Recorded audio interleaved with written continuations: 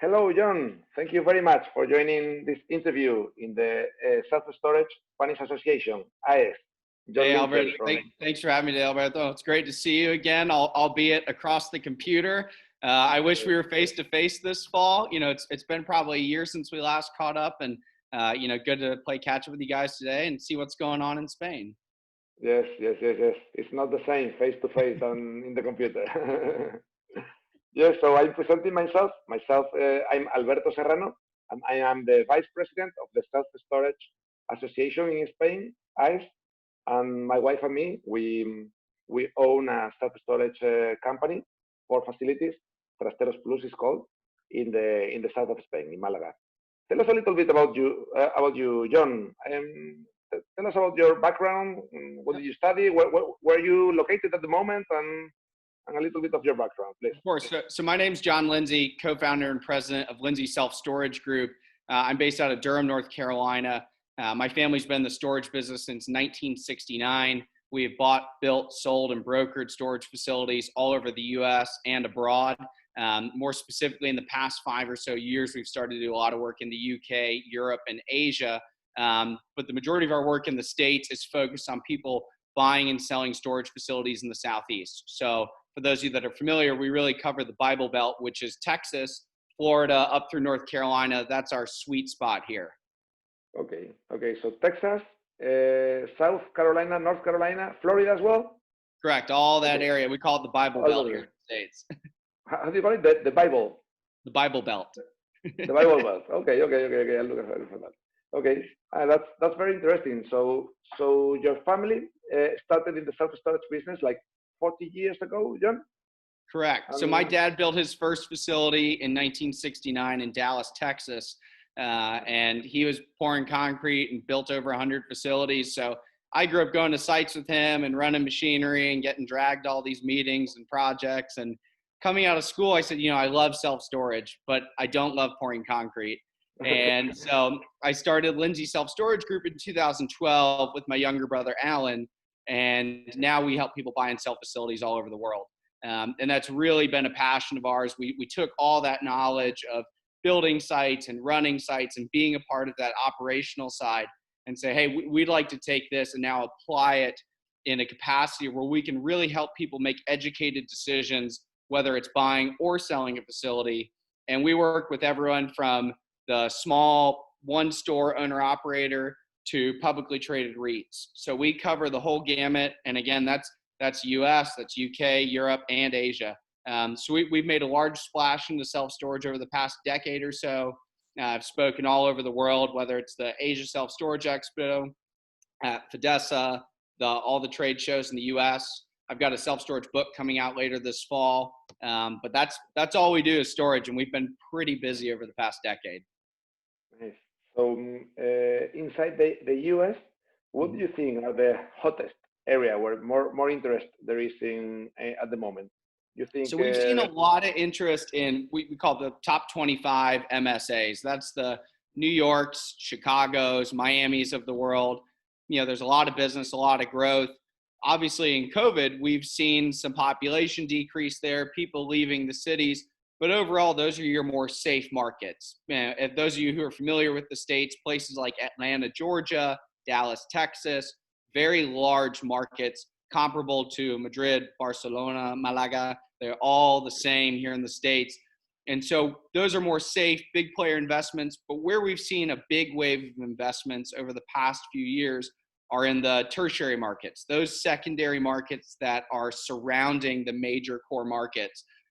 We've seen a big investment there because those cities are catching those growth trends, but you're not paying the price tag yet to be in the heart and center of that facility. Okay.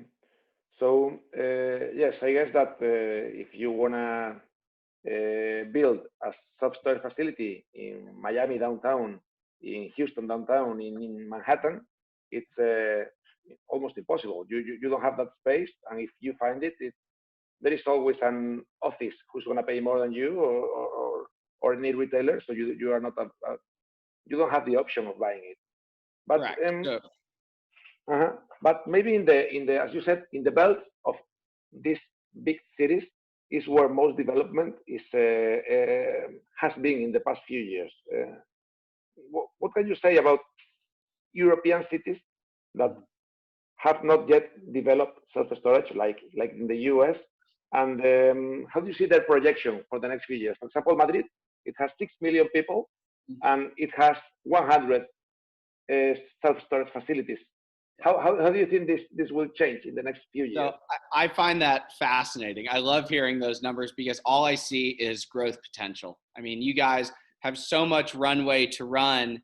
And I don't think that Europe will ever be at the level of self-storage that the US is. It's a different consumer, it's a different size of household, it's a different culture altogether. I mean, there's a different culture between Madrid and Barcelona, let alone Dallas, Texas, and Miami. I mean, it's just a different world. But with that being said, I could see, Europe and the UK, getting to that 2-3 square feet per capita even, which really just, may quintuple or triple current numbers in some of those countries, which is mind-boggling to say that, you have 100 facilities right now in Madrid, that could be 300, 400, 500 in the years to come. I think there's a lot of growth opportunity, and we don't really know what the ceiling is yet in a lot of these countries. For instance, in France, we've worked with a client there. They went to a town with 1 million people and 0 storage facilities, and which just blows my mind. So I'm saying if you build 1 or 2 facilities there, you're the first entrant in that market, and you have no competition. I wish I could find a city in the US that has 1 million people with no storage facilities. And I'll tell you, they just don't exist. How many facilities are in the US? 55,000? 55,000. And interestingly enough, there are only 2 zip codes in the entire United States that do not have storage facilities. So they are on every corner. They're like McDonald's. You just see them everywhere. It's unbelievable. And it's funny because in the US, I tell my friends what I do, and then they see it everywhere they go. When they're driving on the highways, in town. I mean, from the window of my condo building, I can see 3 storage facilities. 3, yeah. Well, interesting.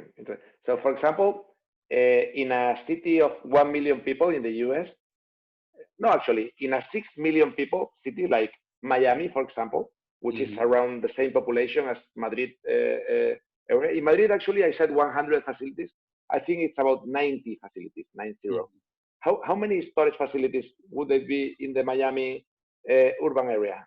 So, I mean, a million people, you've got 7 million square feet all of a sudden. I mean, yeah, you can easily hit those numbers. I mean, it's amazing to see how much development opportunity there is here in the States still.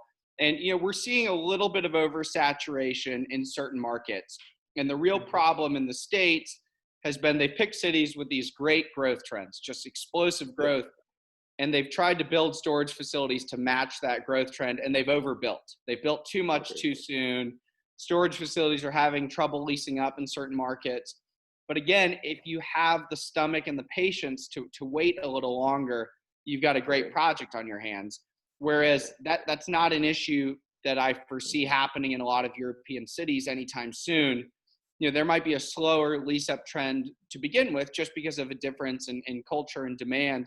But, when we were in Berlin a couple of years ago, we toured, 3 competitive facilities, and they were 20 minutes from each other.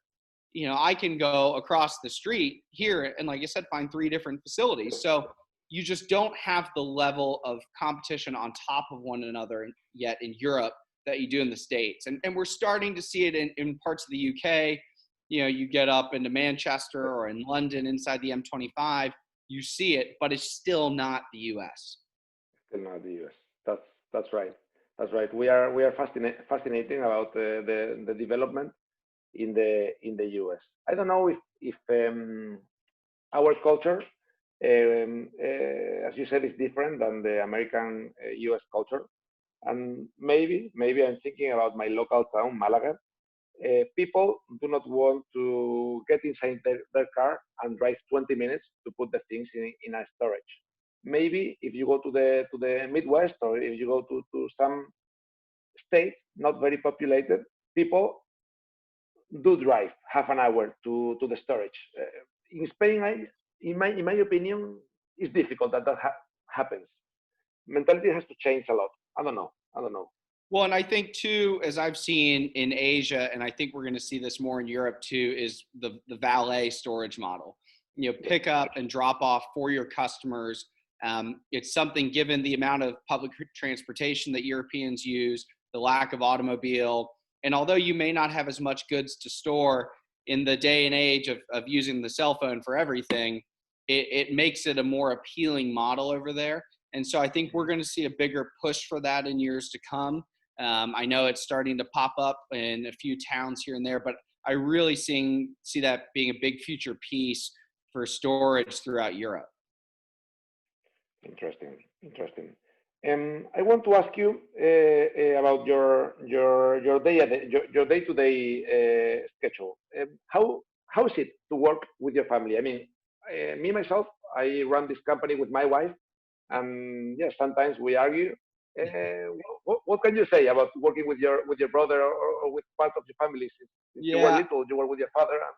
So my brother and I are best friends. He's a little younger than me, and we have two completely different roles in the company. I'm the president. I do all of our public speaking, all of our Zoom conferences. I do all of our investor relations. My brother is the neck down. He's our vice president. He is what makes our company run at the end of the day. Anything that needs to happen internally, he takes care of. He oversees all operations, all staff, all team members, everything. So without him, I would not be able to do this. And without me, he wouldn't be able to do his job. So we're a perfect relationship. Anyone who has met us or will meet us, you'll see it very quickly. We are two different people cut from the same cloth.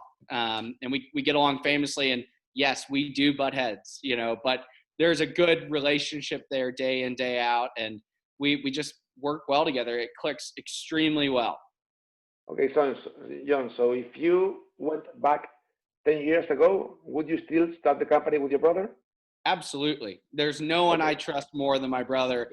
And don't tell him I said this, but he's much smarter than me too. A good one. That's congratulations. Sometimes families, it's better not to work together because they wanna keep but that's a good one. And tell us a little bit about John. So about the Lindsey self-storage group. So how many operations are you having in the top of your table at the moment? How many are you studying at the moment? Yeah, so I mean, right now we've got about a dozen storage facilities or portfolios we're trying to sell at any given time. We just got 2 new listings today, and those are different parts of the United States. We're working with owners and operators in the UK, Europe, and Asia as well. Whether it's working with U.S. capital groups or looking for new partners or exit opportunities, we kind of are able to fill ourselves at different parts of the process depending on what a group is looking for. But we're busier than ever. We've had a tremendous year despite COVID. I think you can ask any storage operator. We've been very thankful that we've been deemed essential business here in the U.S. We've been able to help out a lot of clients and customers, and a lot of private equity groups have seen that storage has been very resilient during this time, and so they've dumped a lot of capital into the storage industry, and I think we're going to continue to see that trend for years to come. Okay, interesting. So if a typical, so like the most common operation by you is a mom and pop self-storage facility knocking on your door, or you knocking on their door if they want to. It's 50-50. I mean, we've been in the business for a long time. We get a lot of phone calls now or referrals from other clients, especially in Europe. It's all been, hey, I heard you worked with so-and-so. You worked on this transaction. It's a very small network, as it is in the U.S. as well. Our average facility that we sell is probably around 4,000 square meters.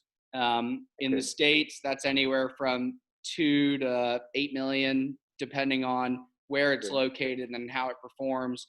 And very similarly in Europe and Asia too, we've worked with some smaller owner operators who are looking to either grow their portfolios or looking for a partner or an exit strategy for that next step in their career.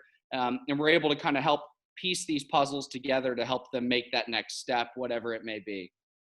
Yes, I guess that if you have worked in the past with any specific fund and they are happy with you, so they will ask you and say, please, John, send me more facilities that you have in this area of the US or in this country of Europe or okay, that's Correct. that's very, And it's interesting because back in 2000, I think it was 2014 or 2015, my brother and I first started coming to Europe. I mean, I've been going to Europe my whole life, but for work, we started going over there. We were doing a little consulting for a US group, and we're very fortunate enough to meet owner and operators all over Europe.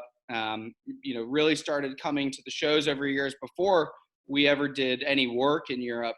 And so we built a pretty steady relationship over there. Yeah, I speak German, my brother speaks French, which helped.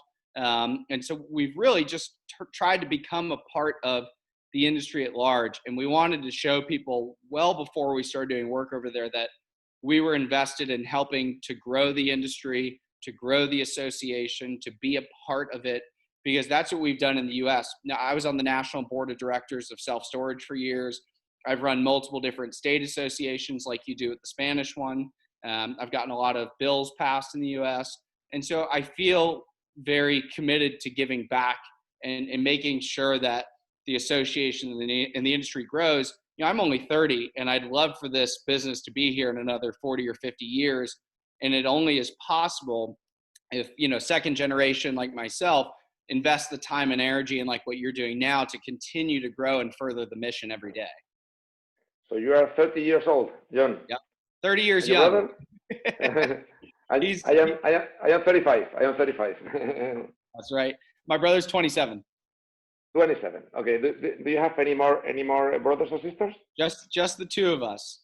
Just the two of you. Nice. That's right. One. So you said, John, that the typical self-storage deal that you handle, it's around how many $1 million for one facility? Anywhere from 2 to 8 million and about 4,000 square meters, 40,000 square feet. If you're, yeah. So, and so that's our average size. Now we've done deals everywhere from 2,000 square meters up to 16,000 square meters for one facility. But around 4,000 is the typical deal size that we see. You're talking 4,000 square meter or 40,000 square foot lettable area you're talking about. Correct. Okay, interesting. Yes. And obviously in Europe, that's a different conversation. Sometimes we've looked at facilities where they've got, 500 or 1,000, lettable meters, which is fine because you guys are able to get more rent for that same space. The rental market and prices are totally different in Europe than they are in the States. And that was one of the biggest things when I started coming to Europe. It's not only am I converting currency and square feet to square meters, there's a language barrier and a legal barrier and everything in between. So there's a lot of math that has to go on up here when I'm talking about doing business over there, but we've grown pretty accustomed to it, thankfully. So like one square meter, which is 10 square foot, more or less. What is the average rent? I mean, in Europe, the average rent is around 20 euros per month, which is like $23, $24 per month. What can you say about? Do you think it's higher or it's lower in the US? Yeah. So for so a 10 by 10 is our so 100 square feet is our average facility size, and that's probably about $125 a month. So $1.25 per month per foot. Yeah, so that's probably the average in the U.S. right now. It's wild though because I go to some markets where it's 50 cents, and other markets it may be $3 or $4 depending on where we are. So that varies wildly, but again, we're in that $1 to $1.25 range per month per square foot. Okay, so $125 for a 10 by 10. Correct. In Europe, it would be maybe 180 euros, 150. So it's like 30% lower than in Europe. Maybe, I don't know, maybe it's because of this supply and demand. Maybe. Well, and I think your space is a little more expensive, especially if you're in more city centers and you're leasing a space, or you're in a downtown retail location versus a lot of US stores, we're buying dirt outside of town to go build, and we just have more land. I mean, at the end of the day, the US is massive, and we just have more options for dirt, and I think it's a little more affordable here. Interesting. Let's talk about the new developments, John. I've, we all see that the retail stores, like this big Walmart or this big Toys R Us or this big do-it-yourself shops, they are starting to close because of Amazon, because of new trends of many factors, and in sometimes the self-storage is a good solution for the owner of that building that is empty. How do you think that will change the?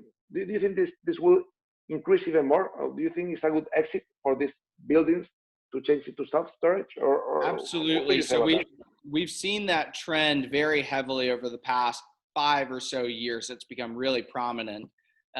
Perfect example. There was a big chain called Sports Authority in the United States, just a sports store, and they all went out of business. And I had a client of mine buy one of their locations in Orlando, Florida. They converted it. They ended up selling it a couple years later for a huge multiple in their initial investment. But it's become such an attractive model because these stores are usually located in a good area with a lot of traffic. You already have the building in place, so you save on your construction timeline. You don't have to go, re-permit it and, get all your government regulations to build a new structure. They usually have good ceiling height, sturdy foundations, and you can get into it very quickly and start renting units. To build a new facility in the US, once you stick a shovel in the ground, is about a year, 9 months to a year. This process, 4 to 6 months, if you do it correctly. Now, obviously there's permitting and things, but it's a very quick solution to get into a geographically great location and at a fairly cheap price. Yes, I agree with you. Yes, and normally they are close to highways. They have a McDonald's or a Walmart close by. They are. And so a perfect example, that deal in Orlando, my client bought this Sports Authority and they had a big parking lot that they didn't need. So they sold the out parcels to, I think it was a Starbucks or a Dunkin' Donuts, and they sold one to, like a Wendy's or something like that. So there's always opportunity within those deals to then sell off excess land or to sublet some of the dirt to either a parking group or a building. I mean, there's so many opportunities with those. And we're starting to see more and more of these, we call them dark spaces, all these big boxes closing down. And I think it's just going to provide more and more opportunity. I've had clients who have done bowling alleys, movie theaters, retail spaces, all because they've moved out. It provides a great framework to go build a storage facility. Right. Yes, it's different, the American market to the European market in terms of freehold to leasehold. For example, yes, I know. In China, I've heard, I don't know, I'm not Chinese, but you are not allowed to own the building. So, like, the state is the owner of the building, and you rent it for 50 years or many years. In Europe, that doesn't happen, and either you are the owner of the building and you run your self-storage business, or you rent the building from someone else and you operate the self-storage. What is it in the US? Do you think that it's more freehold or it's more leasehold? Or so it's interesting. You mentioned Asia, perfect example. Like in Singapore, you'll never own that land. Everything is on a government lease, usually 50 years or something like that. So you'll never own that dirt. Singapore is not going to sell you any dirt. In Asia, I'd say it's 95% leasehold. They rent a floor, they rent a building. In the US, it is 99% freehold. We just don't see a lot of leasehold deals. Now, maybe in downtown New York City, in the heart of Manhattan, or maybe in downtown Miami, but in all my years of doing deals in the US, I have come across 2 with ground leases, and that was it. And those were very odd. They were 99-year leases. They were in old towns in the United States. One was in New Orleans, where they hold Mardi Gras every year. Very different laws down there and how they structure things. But yeah, freehold versus leasehold, you just don't see leasehold in the US. And that was one of the most interesting things to me when I started to come to Europe and go to Asia. It's such a more prominent conversation. It's a very effective model. It works well. I think because you have higher rents there, you can afford to lease a space that's a little more expensive. Whereas leasing space in the US just doesn't really work well. And they're not going to place the same value on it as if, because it is possible to buy that dirt here. So they're not going to pay the same premium they will when you go to sell. And with leasehold in Europe, though, it's just more commonplace. It's very easy to structure a leasehold. It makes sense financially for you. And there's just a lot of opportunity for it, because buying dirt, let's say inside the M25 in London, you're just not going to happen. You can't make the deal work. Yes, I agree with you. Sometimes it's very difficult because of the so expensive the land that, or maybe it's not even on sale, so you cannot buy it. Yes, let's talk a little bit about this pandemic crisis, this COVID-19. How is it affecting our market? What are the numbers that, or what can you say about our market? Do you think it's behaving better than other sectors in the US or in other countries? What can you say about the customers? So here in the United States, there was a big scare, obviously, with COVID. Everyone didn't know what was happening. And for about 2 months, a lot of my clients saw a slight uptick in accounts receivables, a little bit of bad debt. But after May, that all went away. Storage has performed extremely well here in the US this year. It is record months, record move-ins, record income. I mean, it's crazy, but we have been filling a need for people through COVID. People are moving, they're changing jobs, they're going back to school, maybe they're coming home, they're redoing their home, they're selling their boat. I mean, there's all these drivers, and at the end of the day, uncertainty is very good for storage. And so we've seen that very high growth trend here in the US, and a lot of private equity funds have lost money in hotel and retail. And they said, wait a minute, storage is doing really well. So we've seen a big influx of investment into storage as well this year. Debt is very cheap right now. It's a little harder to get a loan because of what's happening. But if you have a good balance sheet and a good track record, it's a great time to be borrowing money, obviously, in the US.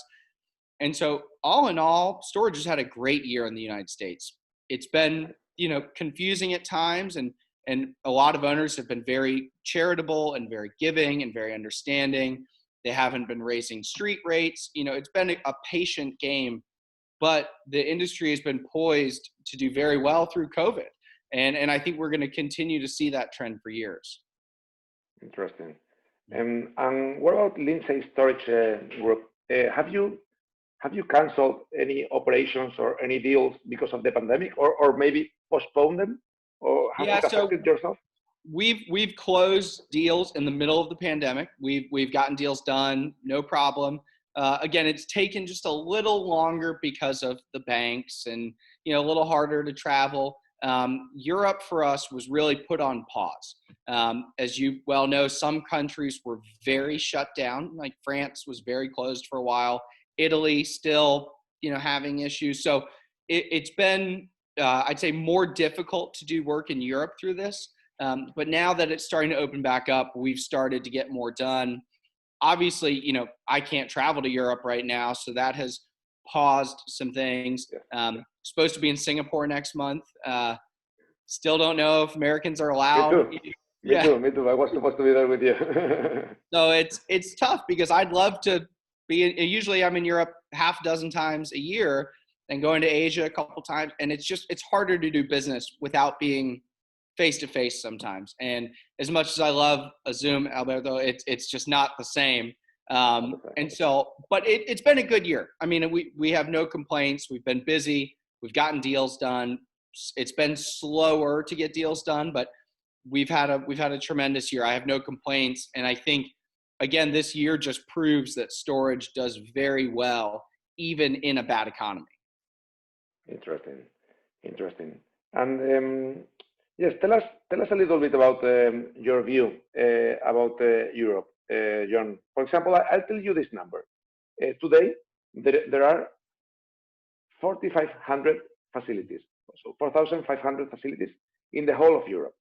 5 years ago, the size of the pie was half of it. So there were about 2,000 facilities 5 years ago. How do you see this market in Europe in the next 5 years? Do you think it will continue the same pace? It will double? Do you think it will slow down because of this pandemic, or maybe grow even harder, even faster because of this? So I think Europe, probably 7 to 10 years, the number of facilities will double, which I find fascinating because the U.S. is never going to double the number of stores we have again. We have hit this point where we're going to grow maybe 1,000 stores a year if we're in a really big boom, but we'll never add another 55,000 stores in 10 years. Europe, on the other hand, especially in what we call the blue banana, like France, Germany, the Netherlands. We're seeing a lot of growth. Germany in particular has had an explosive number of stores added in the past 5 years. Parts of Spain, again, as more people become familiar with the product and that flywheel starts moving, there's no slowing it down. People are going to want it. There's a demand for it. There's a draw for it. And in major cities where it's a melting pot and people are moving from either other parts of Europe or the US or the UK, they said, hey, I had storage there. Why don't I have it here? So I think we're going to see that continue to grow. Obviously, storage had a very slow start in the UK and Europe, but really in the past 5 years, it's been crazy to see the amount of development. But again, I think there's so much room to grow, and I think it's just going to keep growing in this hockey stick fashion until we find what that ceiling is. And I don't think we're close to that yet. Again, as I said, in Berlin, or when we've been in Paris and we're going around and the closest facility is 20 minutes away. Well, as you well know, in Europe, it's a long time to get across town, and into Europe.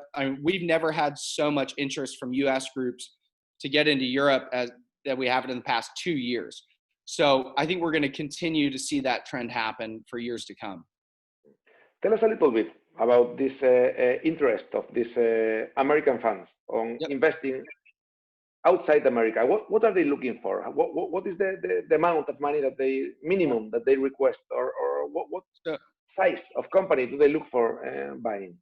So a lot of our US groups that look to do work in Europe, they own storage in the US.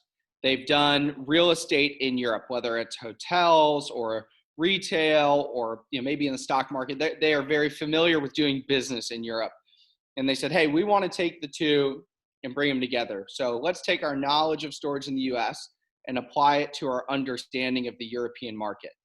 And they really want to partner with existing owner operators who have 1, 3, 5, 10 plus stores, and do some type of structured partnership where they say, hey, we're going to buy you out of the majority of your business. We'll keep you in for a percentage. And then we'd like you to either go build more of these stores or help us acquire more in your market. As you well know, Alberto, towns are very different culturally and language barriers and things like that. And for a US company to come in without having the language component, especially, it's very challenging at times to do business in Europe. So to create those partnerships and provide a platform to help these owners grow and to grow with them is very key. Now we have some groups that say, hey, we just want to buy you out and you can retire and you can go live in Ibiza and have a great time. That's great. But most owner operators want to come in and find a partnership and do one of those majority buyouts and help that owner grow for years to come. Okay. Yes, what is the average amount they want to start? Let me reformulate the question. What is the minimum investment they are looking for to start in Europe, in a new country? Is it like $20 million, $50 million, or do you think there is a number? Or if there was, depending on the city and everything, I'd say the minimum they would do is $1 million in a new market, all the way up to 100 million. I mean, we've got a wide range of clients, and depending on the opportunity and where it is and the type of relationship that a group is looking for, there's a lot of flexibility in that. But at the end of the day, the more attractive the market, the more opportunity, the better the story is as to where you've been and where you'd like to go. That plays in very heavily to it. But we've done a great job with this already in Europe with a couple owners. We've seen the trends happen. We're excited to see what continues to happen there. And again, I think there's so much opportunity with these U.S. groups providing capital with owners who are looking to grow their portfolios, but either don't know how, don't have the banking relationships, or maybe they're tapped out in their access of funds. They need someone to recapitalize them out of their existing projects, or they'd rather own the building instead of leasing it. That's what a U.S. firm can provide you at the end of the day, is just a little more, I would call it, structure to your operation and a plan to move forward and the capital to do so. Okay, interesting. Yes, maybe in Europe, maybe the difficult part in this deal is to find the specific operator that has a minimum of 5 to 10 facilities and is happy to sell to someone else. Maybe there are not so many players that they adjust to this. Correct. And so the smallest deal that we've worked on a client with was 2 stores, and then we've looked at much larger portfolios, obviously. But if there's an attractive region or a city, or someone has a great location and says, hey, I either want to sell or I'd like a partner, we have plenty of U.S. capital groups that would love to have those conversations. Europe is very attractive right now. COVID, albeit a very wild year, is just ultimately a blip on the radar in the grand scheme of life and how we interact. And I think as Europe continues to open up and goes back to the new normal of business, we're going to see storage continue to grow for years to come. Yes, I agree with you. Tell us a little bit about this. So the interest of these funds. Do they look for freehold facilities, leasehold, or what do they look for when they look in the European market? So the preference is always freehold. If there is freehold, it makes it much more attractive because they're buying more value. There's value in the dirt and the building and the longevity of the business. The leasehold can be difficult depending on the terms. If there's 5 years left on a lease and there's no promise of further business, that's very difficult because they say, hey, we're making a big commitment to come across the pond, invest in this town in Europe and invest in you, and you've only got 3 or 4 years left on your lease with no renewals. That doesn't do much for our returns. So they're looking for, freehold is preferable, leasehold is acceptable with, a certain number of stores or really great terms. And if you can combine the two, if you have, 5 to 10 stores and you've got 50 years of leases and you can renew them, and that's wonderful. The longer the leases or the more renewal terms and the more stores you add to a lease portfolio, that's great. One store that's leasehold with questionable terms is very difficult to find a partner for. But if it's in a good market and a good location, we'll make it work. We've got clients with all different types of appetites, but at the end of the day, the more control you have over your project, whether it's ownership or lease terms or location, the better it is. Mm-hmm. Interesting. Let's talk a little bit about a trend that is in the US. Yep. There is one player that has already started in Europe, which is I'm talking about the third-party management. Mm-hmm. So like we see very big players, public storage or extra space in the US with thousands or hundreds of facilities that they provide management for independent operators. Today in Europe, we've seen Storage King in the UK, which is started last year doing this third-party management, but it's not yet very well developed. And what can you tell us about this third-party management? Because So, yeah, the management platform in the States is tremendous. It's been huge, and I'll tell you the reason it's created at its core. Let's take Extra Space or Public Storage. This management portfolio builds their pipeline to buy these stores one day. That's their hope, is that they manage, and when you're ready to sell, you'll sell to them because they already manage your stores. But it's become a very big business for these groups because they're managing 3, 4, 500, 1,000 stores. Well, that's a lot of revenue all of a sudden, and especially through their tenant insurance or other platforms like that.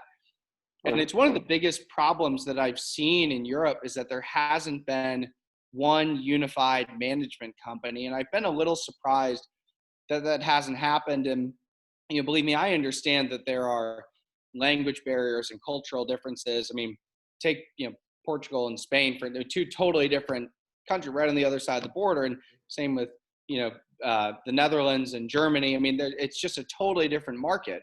But with that being said, you could build a team to apply to all those markets. It's a wonderful platform if someone's able to do it.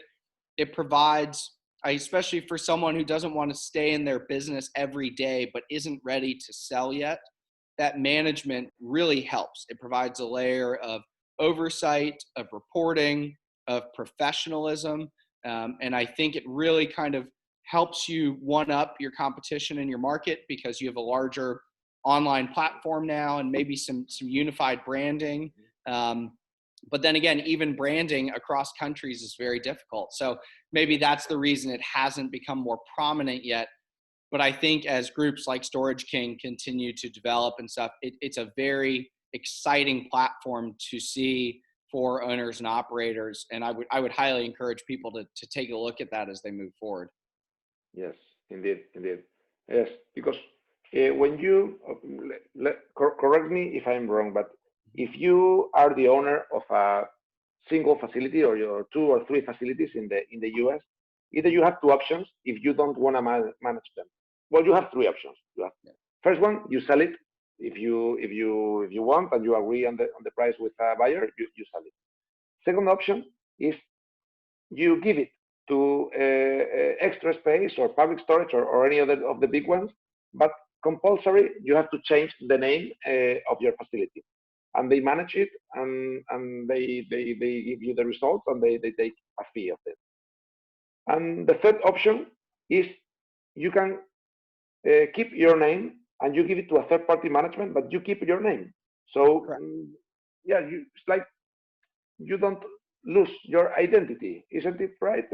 Correct. So yeah, so those are the 3 options, and so you could sell it, but if the 2 management options, there's groups like Extra Space and Public Storage where you go under their name, or you hire companies like Absolute Management or Universal Storage Group, and they let you keep your name and your branding, and that's a big part of in some of these smaller markets. Naming a facility after a major road or a family name in a town, that's very big. Why change that?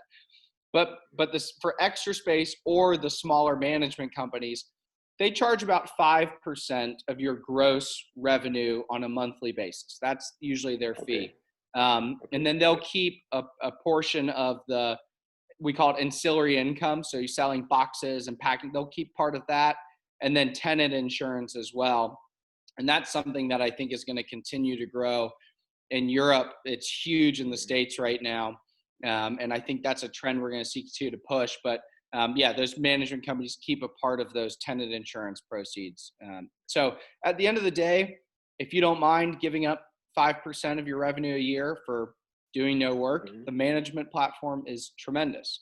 But if that's important to you and you want to be involved day in, day out in your business, keep it yourself. But these companies, they do a tremendous job. They provide a service. It's a great opportunity. And I'm excited to see if platforms like that continue to build it throughout Europe. Yes, maybe you pay 5% of your gross income, but they generate more than 5% of your business. So maybe it's not even expensive. Correct. It's a trade-off at the end of the day. And then again, what's your time worth to you? You don't have to worry about your storage business anymore, and you can invest that time somewhere else. So I think it more than pays for itself. You just need to, I would say, do your homework and trust who you partner with. You're marrying them. You're going to get into bed with them, understand what they're about, understand what they're doing before you fully commit to that relationship. Interesting. And you said before about also this new trend that is in the self-storage, which is the valet storage. Mm-hmm. So I've heard that in the big cities of the US, it's like very common, and they compete a lot against the self-storage. Maybe in the countryside and in the smaller places, it's not so common, the valet storage. In Europe, we are starting to see some companies that they are coming, but I don't know if do you think they're gonna find their place inside the storage in the future? Do you think they're gonna eat a big portion of the cake, or? I think it's a different consumer, different client at the end of the day. There's a big demand in very congested major cities, but they're maybe storing one plastic bin of winter clothes or their summer, workout or fitness gear or whatever it is. It's not the amount that you would store in a 10 square meter unit or something like that. I mean, it's a totally different customer. I think maybe in Europe there's more similarities because you have some smaller unit sizes and you have smaller spaces and homes to begin with. But I don't think it's going to replace self-storage in any capacity. I think it's a complementary service, maybe some type of partnership between a valet company and a storage facility. But at the end of the day, I don't think it's the exact same client, and I don't think it's going to eliminate self-storage. If anything, I think there's a good relationship between the two that could work pretty well. Interesting. John, where can we find more about you, or where can the people that are watching this, where can they ask you some questions if they want to sell the company or if they want to buy another company? How can they find you?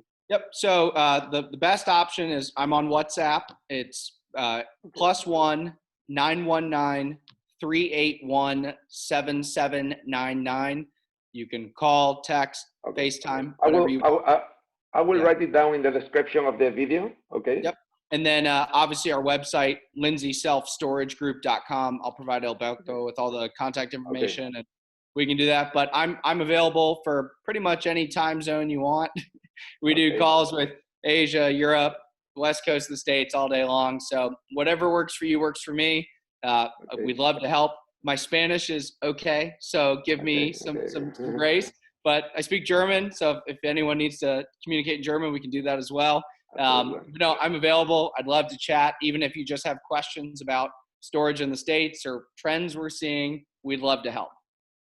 Thank you very much for your time, John. It's been a really good, really interesting conversation.